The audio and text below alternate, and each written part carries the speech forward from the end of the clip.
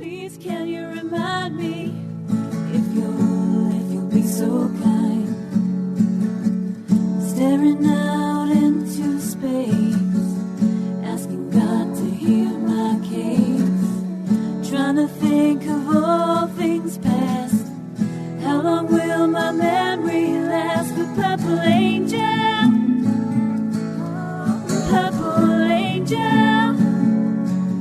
purple angel, you're next to me. Well, welcome everyone to Alzheimer Speaks Radio. I'm the host and founder, Lori LeBay, and today we're going to have an exciting show, but as usual, I always like to give everybody a big shout out and kind of tell people a little bit about us before we get started, because we're always getting new listeners all around the world.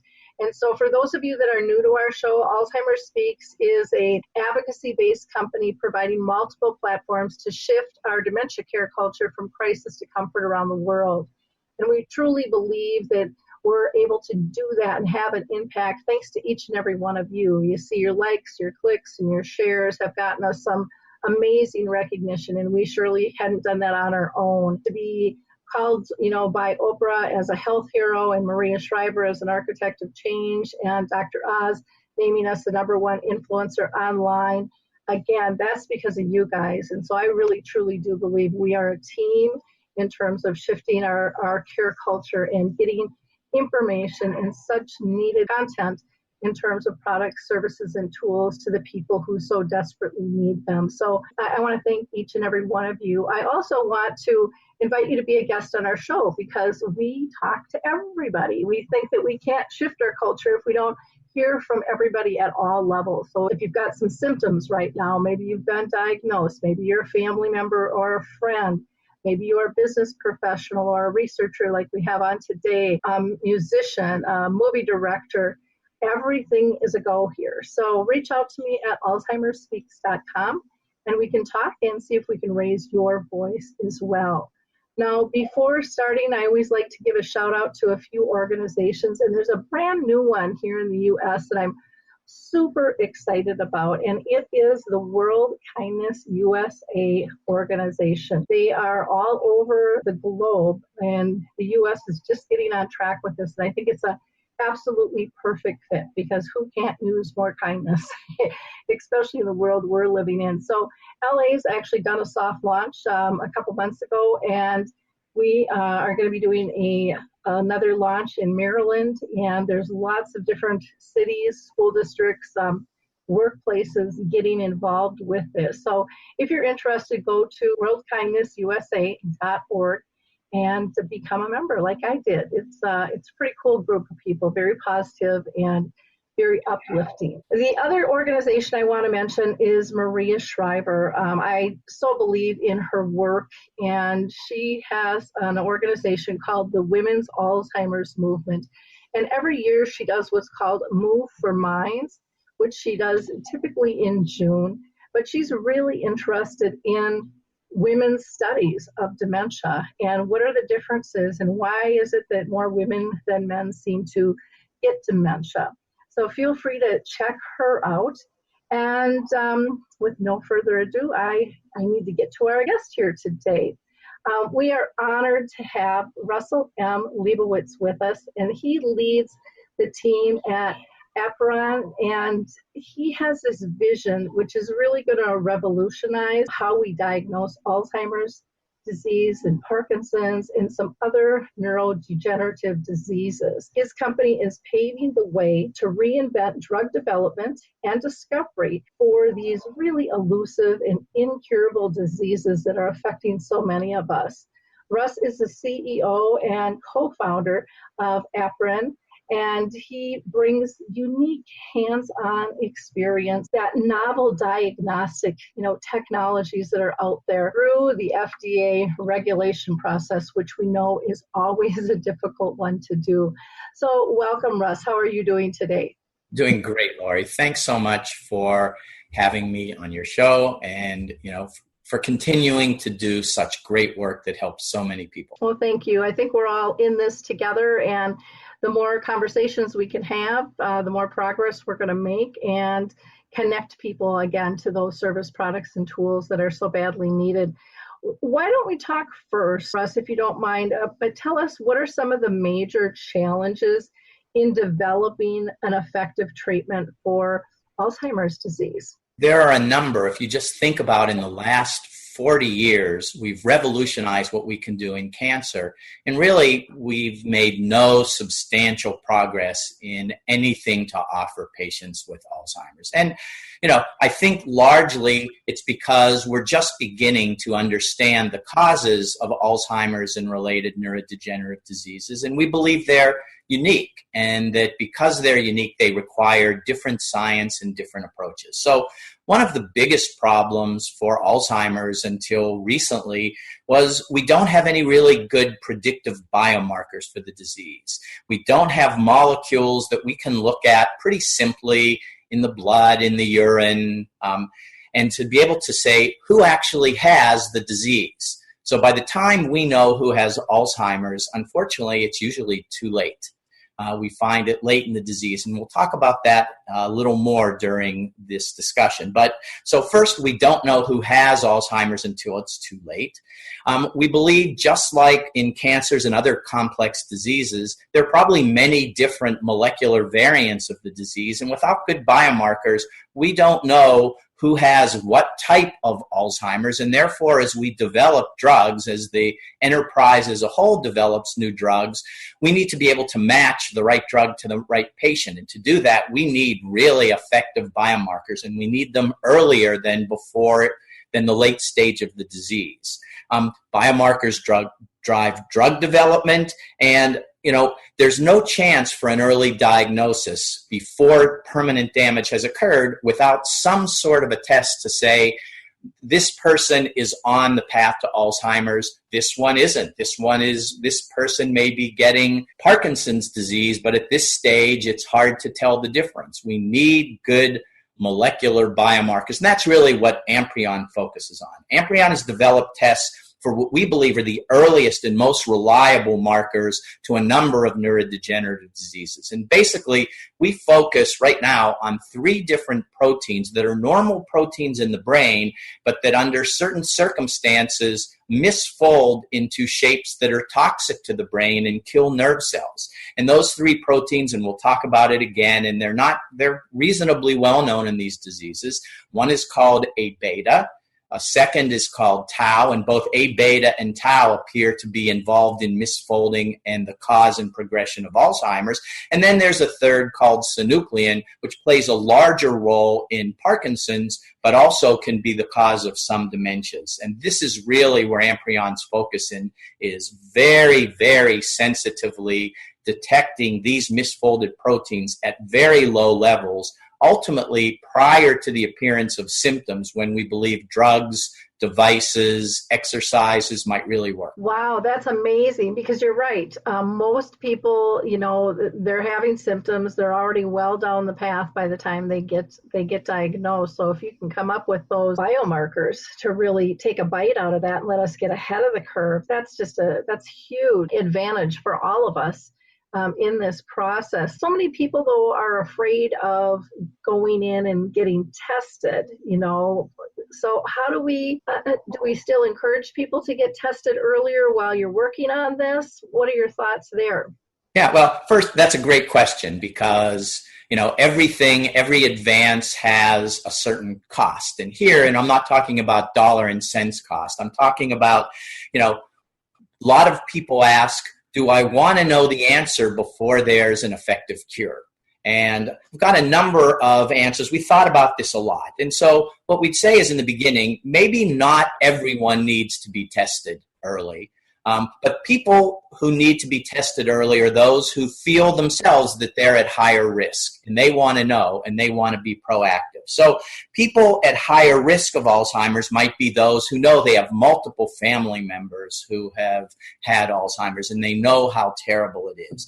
There are some known genetic risks. So people who, for whatever reason, get genetic testing and know that they have a genetic predisposition to this, it doesn't mean they're going to get the disease, but they might want to know, okay, I have a 3-fold or a 5-fold higher risk of getting the disease. Where am I on that spectrum? the other places where this might be very important is we have a lot of data now that suggests that the triggering of Alzheimer's and related dementias can come from a number of places. I said it can be genetic, but also there seems to be data that people who are exposed to multiple head injuries when they're young and in middle age, it could be through sports, through work, through the military. These people know that they have a greater risk, and they might want to know as well. And so, other places where it's important to know whether you have the disease or not are at the earliest stage of symptoms. It turns out that people who show up with their doctor's office, either they come in themselves or their family brings them because they think they're having memory problems or some sort of cognitive loss. Only no more than 50% of those will go on to have Alzheimer's, somewhere between 30 and 50%. That means that, 50 to 70% of the people who show up really concerned and really anxious that I'm not remembering names as well. I don't do my job as well. I don't think as quickly. 50 to 70% of those people may not be on the path to Alzheimer's, and having a diagnosis here really can be life-changing. They don't have to worry about what's going to happen over the next 10 years. They don't have to worry about giving away assets or moving. So sometimes a negative diagnosis is just as useful. And then the final piece here that why someone might want to get an early diagnosis is that even before there are effective drugs, there seem to be a lot of people who believe that lifestyle changes could have a benefit here. So if you know that you're very early, you don't have symptoms, or I know that I'm very early and I don't have symptoms yet, then I'm going to try certain things that different lifestyles. Some people have data that a Mediterranean diet, when adhered to very strictly, seems to at least slow down the disease. And the goal here is that we want to slow down this progression. If something takes 20 or 30 years from the time of first diagnosis to actually have symptoms, if we could slow it down even 5% or 10%, we would be very happy if we slowed it down to where people get it at 120 rather than at 70. That's a giant advance. So overall, the reasons for getting early diagnosis are the ones we've gone through. Some people are at higher risk. Some people might want to try lifestyle changes. And then finally, how are we going to develop drugs that are effective if people aren't willing to be tested early to be in those clinical trials? So, there are trials going on all the time, and the drug companies clearly feel that they want people who have the earliest possible diagnosis. So it's good for the individual. It's also good for everyone else. If you care about the community at large, knowing where you stand and possibly enrolling in a clinical trial is something that a lot of people would want to participate in. So early diagnosis helps with all of those. I hope that answers your question. No, I think that was really thorough. And I hear all the time about clinical trials. People are just groveling for people to get in because they can't push, these treatments forward without this baseline. And so it really is critical for us to join forces together and be part of that and try to take some of the scary out of it. And I'm glad that you mentioned that, genetics don't always mean for sure we're going to get something. Our genes aren't always our destiny. But again, it's an odds game. And, that's what you're looking at. And then being able to talk about lifestyle changes, if it's exercise, if it's diet, if it's sleep patterns, if it's hydration, there's all different types of things. It's very important, I think, for us to be more conscious of that.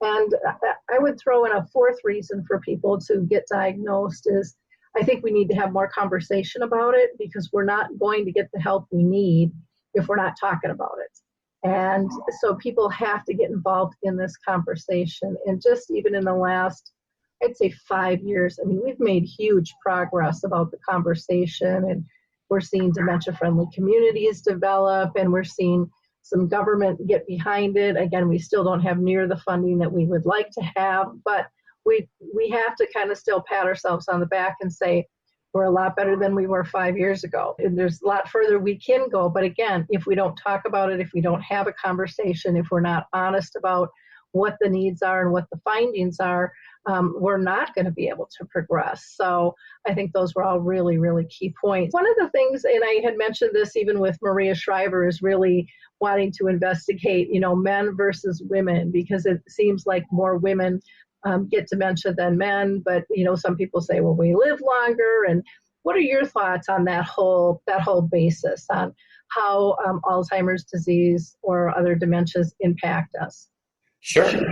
Thanks. That's another really great question. And, I'll answer it based on some recent findings in the literature that are fascinating, a little scary, and that point out even more the really urgent need for early diagnosis. Looks like there are differences between men and women in not only how they get the disease, but how that disease manifests itself. And what I mean by that is that at various stages of the disease. So right now, there's some very expensive imaging that one can do to look in the brain of people who are along the path to Alzheimer's. It's mostly done in an academic setting because it's so expensive and requires injection of radioactive tracers. But what you can see is that at most stages of the disease, women and men at the same stage with respect to the imaging and the extent of the disease on a molecular level, the amount of plaque they have, the amount of A-beta deposited in plaque, at almost every stage for the same amount of plaque, women have much worse symptoms. So it's not clear why, but women are much more at risk and need early diagnosis much more than men, that the same burden of plaque in the brain seems to have much more severe consequences for women. So we can't allow any longer, this late diagnosis, especially for women. It's really critical. And no one knows all of the reasons for this right now, but this is really sort of hot off the press data, and it seems to be confirmed in several different groups and several different studies. So women are going to need earlier diagnosis and more aggressive early treatment compared with men. And we wouldn't have known this unless we've done these studies. And in all fairness, historically, a lot of research, clinical research, too much has been done only on men and not enough on women. And now through federal mandates and just the recognition that what you find in men is not necessarily true in women, we're now starting to get this really great data that I think can impact everyone in a much more positive way. That is fantastic. I was not aware of that latest data there. And, they always say men are from Mars and women are from Venus, and our brains work different. And do you think that the way we process things could have an effect on it, or is it just too new to really know? Well, I don't know that there's data at this point. The data says that for the same amount of misfolded protein, remember we said that what Amprion does is to measure misfolded A-beta and tau in Alzheimer's patients. So with the same amount of misfolded A-beta and tau between men and women seem to have much worse symptoms. And, there are fundamental differences in the brain, the way the brain works. Since so much of Alzheimer's is disrupted connections in the brain, the way we link memories. It could be linked to a fundamental way that we structure information, or it could just be that, in many cases, their hormones, the estrogens and things are protective. In this case, they may be anti-protective. So we don't understand the physiology yet, but the data is very important, and it just points us in the right direction about how we have to treat this. And certainly, I believe there'll be a lot of work moving forward to try to understand if these differences are hormonal or they have to do with X or Y chromosomes. So I look forward to learning. But right now, we are really focused at Amprion on early diagnosis, and this data between men and women really points to the fact that, we need to accelerate what we're doing and get this out to women first and then to men. So when it comes for people to be part of, I don't know if you have clinical trials or if there's tests that can be done now in the doctor's office that can sort this out, how does that whole process work? Well, yeah, we do things right now on a research basis because, getting something approved by regulatory agencies as a test, you have to be able to run it literally 1,000,000 times a year and have it give always the right answer. So, there's a lot of research on what we're doing and what other people are doing that in a study of 100 people, you get great results. It's really the ability to scale these tests so that it's done 1,000,000 or 10,000,000 times a year, and you're sure you always get the same answer no matter where it's done and who's doing it. So we're moving as fast as we can, but we really respect the regulatory process. If you roll things out too quickly with something new, sometimes, most of the time, an incorrect answer is worse than no answer at all. So right now, on a research basis in small, very controlled studies, we're getting great data. And our goal is to, using robots, by improving chemistry, to get this to the level where we can do this 10,000,000 times or more a year and give absolutely rock-solid answers. Okay, great.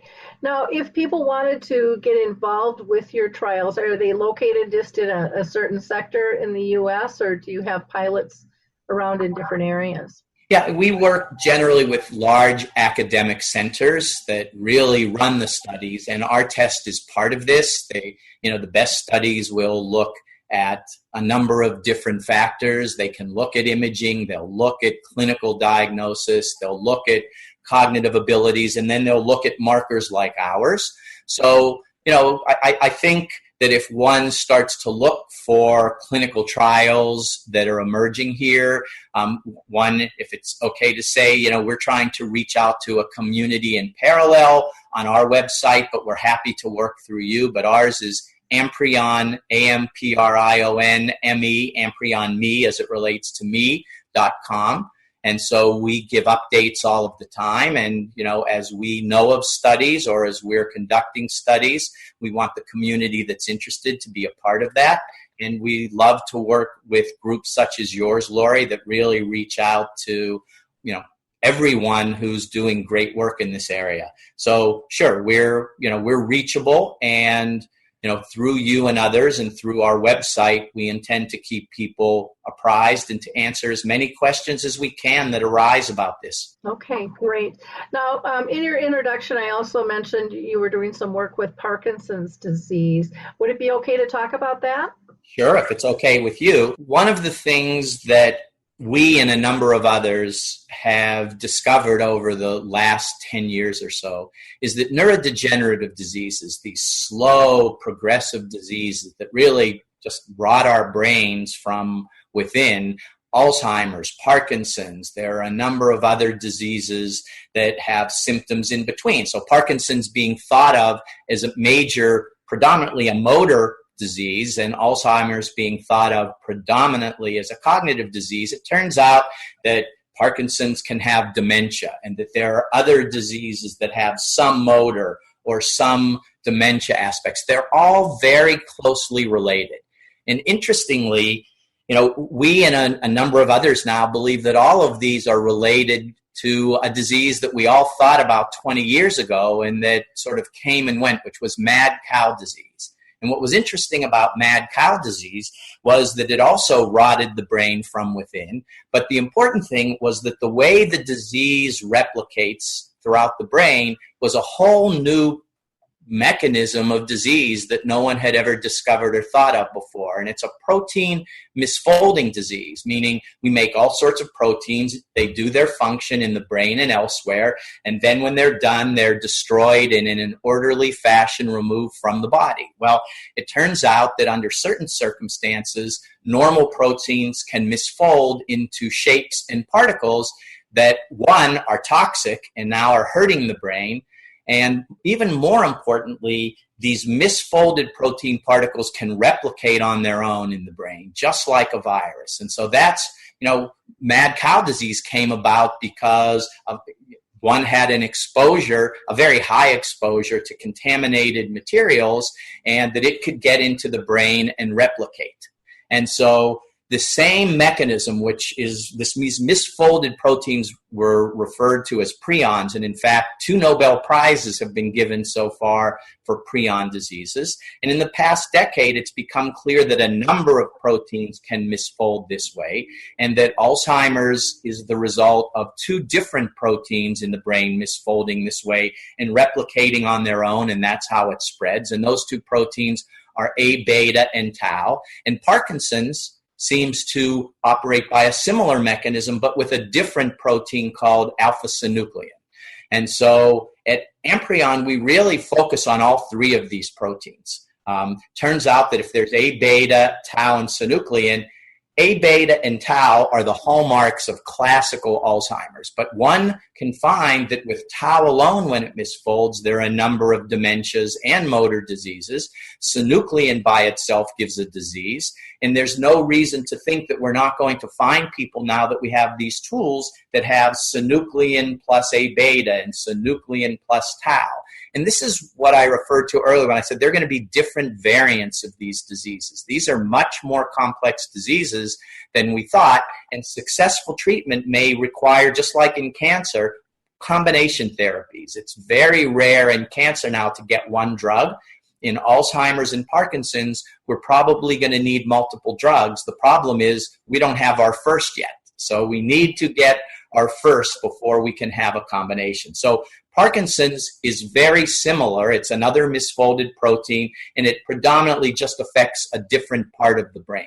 But does that answer your question, or do you want to talk about it more? No, that was very helpful. And I see so many people who have dual diagnosis, or things merge. They start out with Parkinson's, and then all of a sudden the dementia is added, or vice versa. And yet on the communities like in Facebook and things like that, I hear from a lot of people living with dual diagnosis that the doctors don't seem to understand the combination between the 2. And so, anything we can do to push that forward, I think is greatly helpful. And I think gives them a little bit more peace of mind too, because it's hard when you think you have one thing and then all of a sudden it's like, oh, maybe not.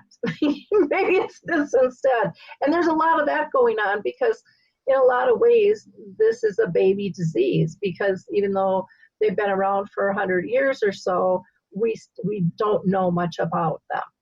And we've got a long ways to go with that. Now, when it comes to genetics playing a role, I guess, can you talk a little bit, we talked a little bit about Alzheimer's and genetics, but can you talk about Parkinson's, and is there a genetic factor there too? Sure. So let's talk about them together as to how genetics might impact these diseases, all of them. What we see is that if these diseases are ultimately caused, there's something that happens in the brain, or in the case of Parkinson's, some people believe even outside of the brain with gut in your bacteria, something happens that leads to these proteins in the brain misfolding into these self-replicating particles.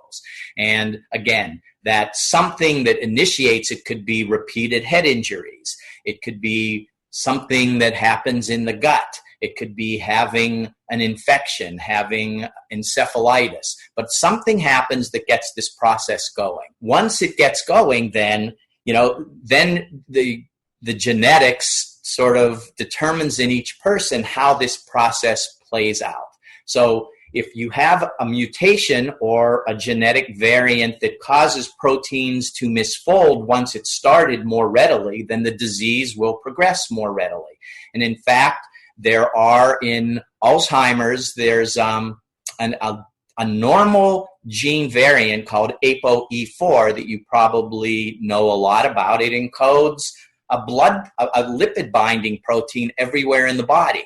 But ApoE4 seems to interact with the misfolded proteins with both the A beta and the tau, and it probably accelerates their misfolding.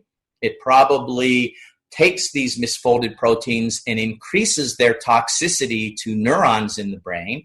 And then On the other hand, at the same time, it may block the clearance of the misfolded protein. But ApoE4 accelerates the effect of A beta and tau misfolding. But then on the other hand, ApoE4 is not a sentence that you will get the disease. It just accelerates it. For Parkinson's, there are genes as well. One of the ones that's been looked at most recently is called LRRK2, and LRRK2 seems to play multiple roles in the misfolding of synuclein. One is that it also seems to play a significant role in slowing down the normal clearance of these misfolded proteins. So, genetically, if we have something that causes the proteins to misfold more, if we have something that makes them more toxic to neurons once they're misfolded, or a genetic locus that just reduces the clearance, the normal protective mechanisms that get these misfolded proteins out of the brain, any one of those pathways can play a role. And we do have genetic variants both in Parkinson's and in Alzheimer's that hit all of these pathways. And there's a lot of work going on to try to find drugs that would, for example, enhance the clearance of misfolded proteins or reduce their ability to misfold in the first place. Interesting. It just seems like there's so many different angles of research going on right now in terms of, what's the cause, what's the root cause. But I would imagine that that's pretty typical with any disease. There's little soldiers march into all different types of theories out there trying to break through. What gives you such great hope and promise about, your technology that you're working on? Sure. Well, what we work on really looks at these misfolded protein particles, these what also referred to as prions or prion-like particles that probably underlie a whole group of diseases that haven't been able to be studied before.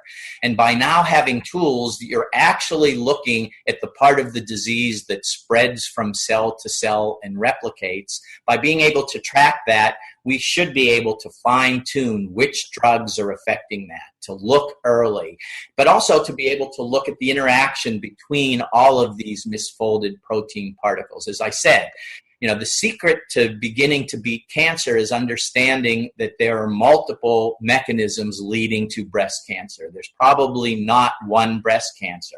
And so by having diagnostics in breast cancer that allow us to see what gene mutations every individual has, we're getting better at tailoring treatments. We need to be able to do this for neurodegenerative diseases. In other words, there probably isn't one dementia. There may be 20 dementias. And when we understand what the molecules are, what's replicating, how it's spreading from cell to cell, then we can begin to effectively treat each person with it becomes personalized medicine for neurodegenerative disease. And that's really what we need. That's what's working in cancer. And I look at neurodegenerative disease as a different mechanism, but it's a similarly complex disease. So I'm optimistic. The caveat here is, our war on cancer really started in 1971 or 1972 when the federal government just said, all right, we're going to put an inordinate amount of resources behind this. And it took 40 years. Now, in neurodegenerative disease, we can't wait 40 years. But just this year, the Congress is now coming to the realization that this is the next frontier that we have to conquer to give us all long-term health and prolong our lives. So if in 2018 or 2019 we suddenly have the equivalent of the war on cancer, which was in 1972, the difference is we have to learn from what they've done. We've got to jump over, we have got to bridge to getting this done much faster. We can't wait 40 years. So in the next 10 years, we're going to have to do what they did in 40 years. That's really true with the numbers that are being affected. And we're hearing more even children getting diagnosed with this disease, and yet nobody can really put their finger on what's causing it. And is it our cell phones? Is it our food? Is it our whatever? There's so many different variables because lifestyles have changed so drastically. I'm going to be 60 here in another year, and never would have guessed. So that's great.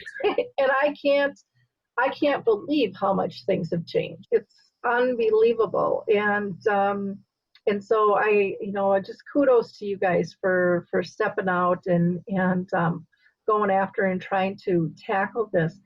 Is there anything else that you would like our audience to know about your company or your process?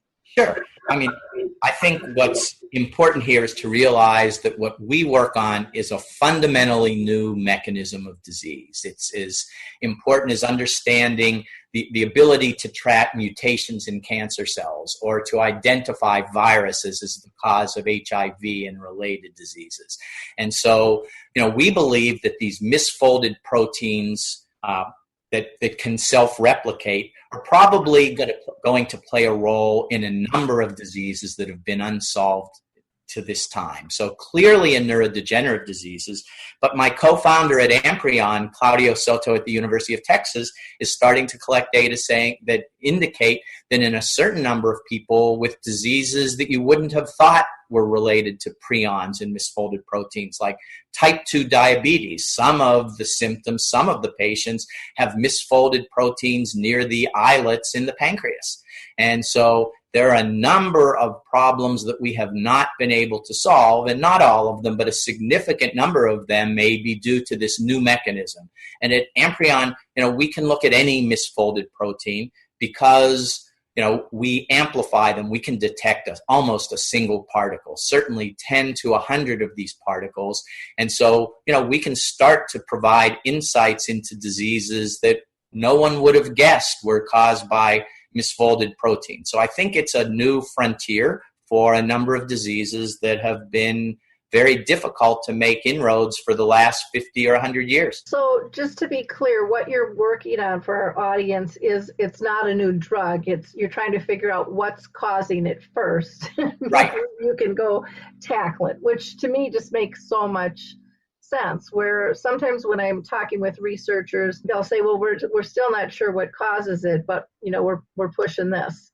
But you guys are really going after, this is what we think it is, and we need more information, so we need more people to get involved with this to be able to track and gather data. Is that correct? Well, so we're doing basic research to understand these diseases. At the same time, we're developing tests that we want to offer to the public as quickly as possible so people can assess where they are on the spectrum if they're at risk. And then finally, we're working with between 6 and 10 drug companies who are actively developing drugs for Alzheimer's and Parkinson's. And what we can do is to, one, again, as we said in the beginning, if we can match patients. So there's no sense if you have a drug against misfolded alpha-synuclein in Parkinson's, there's no sense putting a patient in your clinical trial who doesn't seem to have misfolded alpha-synuclein. Same in Alzheimer's. We found that in some Alzheimer's studies, we can't detect misfolded A-beta in 30% of them. It doesn't mean they don't have a dementia, but in 30%, it may not be caused by misfolded A-beta, and a drug against misfolded A-beta probably isn't going to help that patient. And so by matching patients with drugs, we might help these drug companies increase their success from 40 or 50% to 70 or 80%. And that's what the FDA needs to allow new drugs to come into the market. And that's what all of us need in order to have 5 or 10 drugs to hit these things rather than none, which is what we have right now. Now, they can go to your site, which is www.amprion and then me for me.com. And you also have some videos on there that I think are really, really well done that kind of explain what you're doing and who you are and why you're doing things. So I would encourage people to go and look for that. And you can also sign up for a newsletter and get involved. Also, I'm going to add a contact there through the website that people can reach out to you for further information if they so like. And thank you, Lauren. We also have a very active group and presence on Facebook of people who are interested in this. And we are so interested in continuing to work with you. You reach out to all of the communities. We are one of your constituencies, and we really believe in what you're doing. And, we feel that, we're happy to be on your team. Wonderful. I'm glad to have you join us. So for Facebook, do you know what the name is? Is it just Amprion, Amprion. I'll ask one more time. Is there anything else that you'd like to share? I think I've given a lot of information today on what we're doing, and we're just part of a big enterprise. So happy to be on the same team. Well, great. Well, thank you. And I appreciate you, talking kind of street smarts to us and not too much medical terms so that my audience and myself can digest it. Because sometimes I'll get researchers on and they're just talking up here and the rest of us are going, okay, what does that really mean? What does that really mean to you and I on the street? And so I so appreciate your ability to be able to do that and communicate well. So thank you. Thank you, Lori. In wrapping up here, I'm just going to give a shout out to a couple other organizations. If you are dealing with a form of dementia and would like to be part of a memory cafe, you're going to want to go to memorycafedirectory.com. That's memorycafedirectory.com. That is a resource directory. We're now over 500 cafes in the U.S., which is pretty exciting. And that is put together by Calendar Cards. And Calendar and Cards both starts with a K. And they have a memory system to help people continue to live independent lives. I would also like to give a shout out to the Alzheimer's Research and Prevention Foundation, who focuses on dealing with dementia more in a holistic fashion. So they have great resources on diet, exercise, and a wonderful meditation program that you might be interested as well. And then last, I'm going to shout out to Dementia Raw with Kathy and Tammy. I just went through their certified dementia communication specialist training that they held here in Minnesota. It was absolutely fabulous. It's 2 days. I highly recommend it. They call it introspective improv, and it was just really a lot of fun and very engaging, and gave all of us, I guess, new ways to engage. Again, thank you so much, Russ, with Amprion, to be on the show today. You gave us some wonderful information. And again, you'll find the links to the company in the resource page on the radio show, as well as on the blog and on YouTube. So thank you so much. Bye now. Hi, everyone. This is Meredith from the Senior Fitness with Meredith podcast, where I discuss all things for seniors, from fitness, your health and wellness journeys, how to be all over strong and beyond. I also have my mini podcast called Motivation with Meredith. It's a great, quick motivational pick-me-up for your days. Join me, listen now, search for Senior Fitness with Meredith on your favorite podcast platform.